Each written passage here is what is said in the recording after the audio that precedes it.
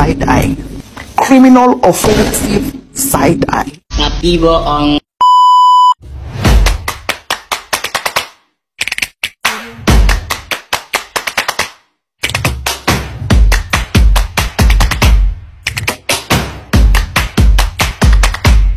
Assalamualaikum warahmatullahi wabarakatuh. Saya Jihan Tufaila, mahasiswa dari Ilmu Administrasi Publik, Universitas Ibnu Chaldun.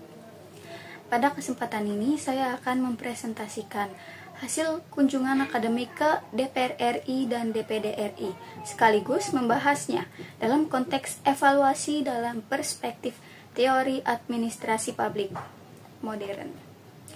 Jadi, latar belakang dari kunjungan saya ke DPR RI dan DPD RI ini bukan sekedar jalan-jalan atau formalitas doang ya, tapi lebih dari itu. Saya juga datang langsung ke jantungnya sistem demokrasi di Indonesia. Tujuannya biar bisa lihat dan pahami sendiri gimana sih proses legislasi itu berjalan di lapangan, bukan cuma dari teori di kelas. Kita tahu DPR RI ini punya peran utama dalam bikin undang-undang, sementara DPR RI fokus ke isu-isu yang berkaitan langsung sama daerah.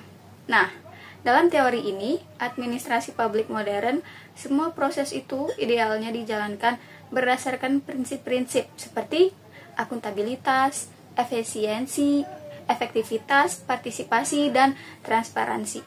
Tapi, ya namanya juga praktik, nggak selalu semulus yang ada di buku. Masih banyak tantangan yang dihadapi, mulai dari minimnya partisipasi masyarakat, tumpang tindih kewenangan, sampai lemahnya evaluasi kebijakan. Motivasi pribadi berkunjung. Sebagai mahasiswa, motivasi pribadi saya untuk mengikuti kunjungan ini yaitu untuk memahami langsung proses legislasi dan dinamika politik dalam pembentukan kebijakan publik.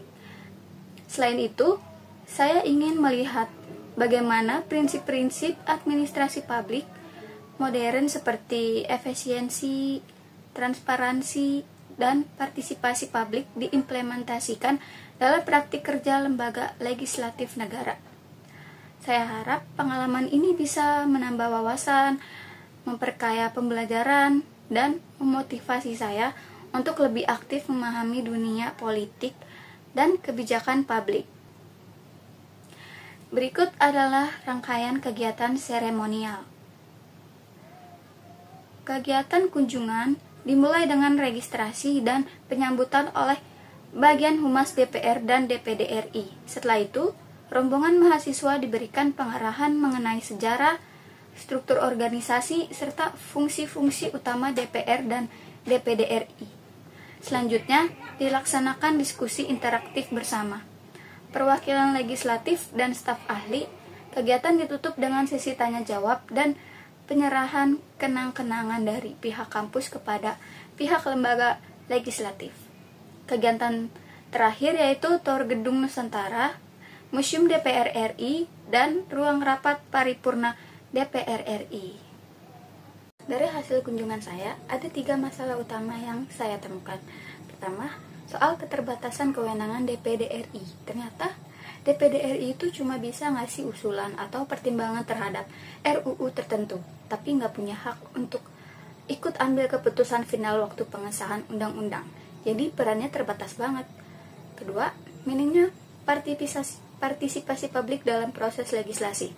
Masih banyak proses pembuatan undang-undang yang kurang terbuka dan gak banyak melibatkan masyarakat. Padahal aspirasi publik itu penting banget supaya kebijakan yang dihasilkan benar-benar sesuai kebutuhan rakyat.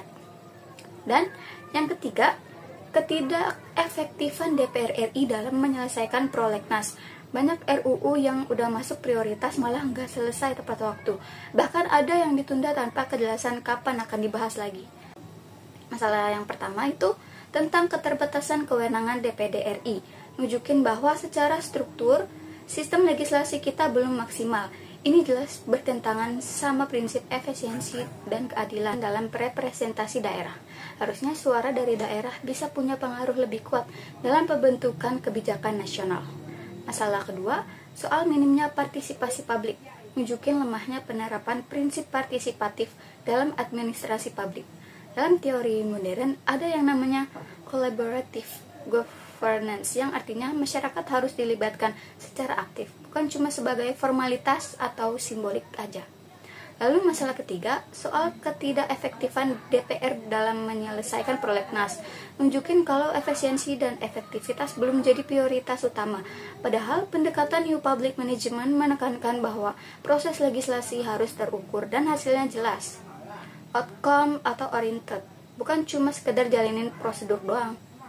Nah, setelah melihat berbagai tantangan dan masalah tadi, tentu saya juga punya harapan untuk DPR RI dan DPD RI ke depannya.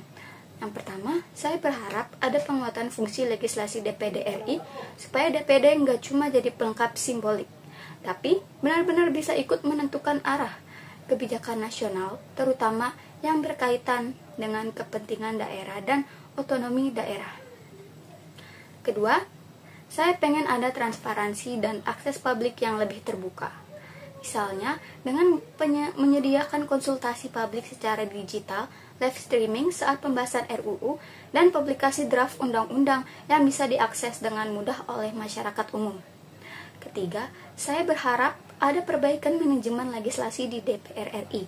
Caranya dengan menerapkan sistem kerja yang berbasis target dan dilakukan evaluasi rutin terhadap progres prolegnas. Jadi pembahasan RUU bisa lebih terukur dan hasilnya lebih maksimal.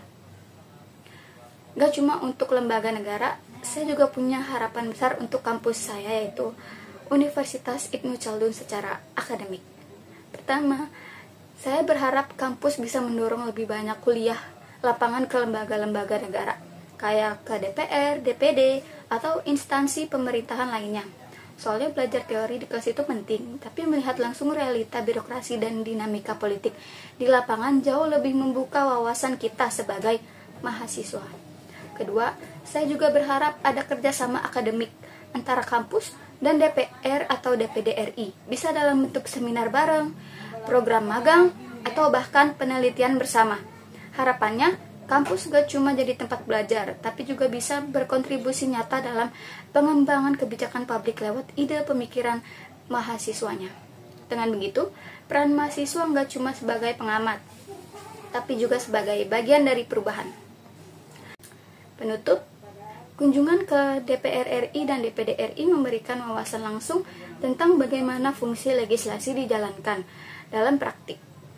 Temuan yang ada menunjukkan bahwa masih terdapat kesenjangan antara idealisme teori administrasi publik modern dengan kenyataan di lapangan. Namun, hal ini sekaligus membuka peluang perbaikan melalui penguatan prinsip good governance, peningkatan transparansi, dan partisipasi publik yang lebih luas. Kegiatan ini menjadi momen penting untuk menyadari bahwa perubahan tidak hanya terjadi di lembaga negara, tetapi juga harus didorong dari kalangan akademis dan masyarakat sipil. Oke, segitu dulu dari saya. Kalau ada salah kata mohon dimaklumi. Namanya juga mahasiswa, bukan anggota dewan. Thanks for watching.